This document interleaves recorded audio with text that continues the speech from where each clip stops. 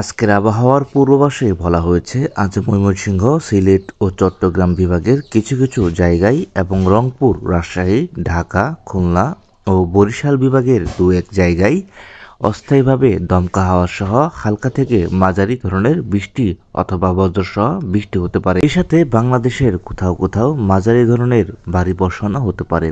সারা দেশে দিন এবং রাতের তাপমাত্রা প্রায় অপরিবর্তিত থাকতে পারে। দেশে দিন এবং রাতের তাপমাত্রা প্রায় অপরিবর্তিত থাকতে পারে। ময়মনসিংহ, সিলেট ও চট্টগ্রাম বিভাগের কিছু কিছু জায়গায় এবং রংপুর, রাজশাহী, ঢাকা, খুলনা ও বরিশাল বিভাগের দু এক জায়গায় অস্থায়ীভাবে দমকা হাওয়া সহ হালকা থেকে মাঝারি ধরনের বৃষ্টি অথবা বজ্রসহ বৃষ্টি হতে পারে। সেই সাথে বাংলাদেশের কোথাও কোথাও মাঝারি ধরনের ভারী বর্ষণও হতে পারে।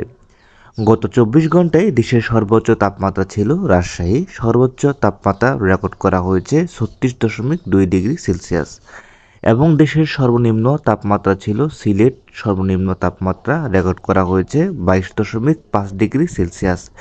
ঢাকায় গত 24 ঘন্টায় সর্বোচ্চ তাপমাত্রা ছিল 33 ডিগ্রি সেলসিয়াস এবং সর্বনিম্ন তাপমাত্রা ছিল 27 ডিগ্রি সেলসিয়াস। দক্ষিণ উড়িষ্যা ও তৎসংলগ্ন এলাকায় অবস্থানরত স্থল নিম্নচাপটি আরও পশ্চিম উত্তর পশ্চিম দিকে অগ্রসর ও দুর্বল হয়ে সুস্পষ্ট লঘুচাপে পরিণত হয়েছে এবং বর্তমানে মহারাষ্ট্র ও তৎসংলগ্ন এলাকায় অবস্থান করছে।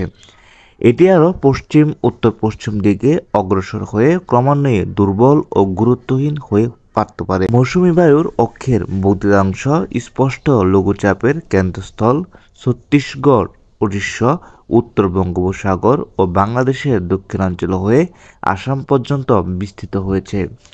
মৌসুমী বায়ু বাংলাদেশের উপর কম সক্রিয় এবং উত্তর বঙ্গোপসাগরে মাঝারি অবস্থায় রয়েছে। উত্তর বঙ্গোপসাগর ও তৎসংলগ্ন মধ্যে বঙ্গোপসাগর 1 অক্টোবর 2025 দিকে একটি লঘুচাপ সৃষ্টি হতে পারে।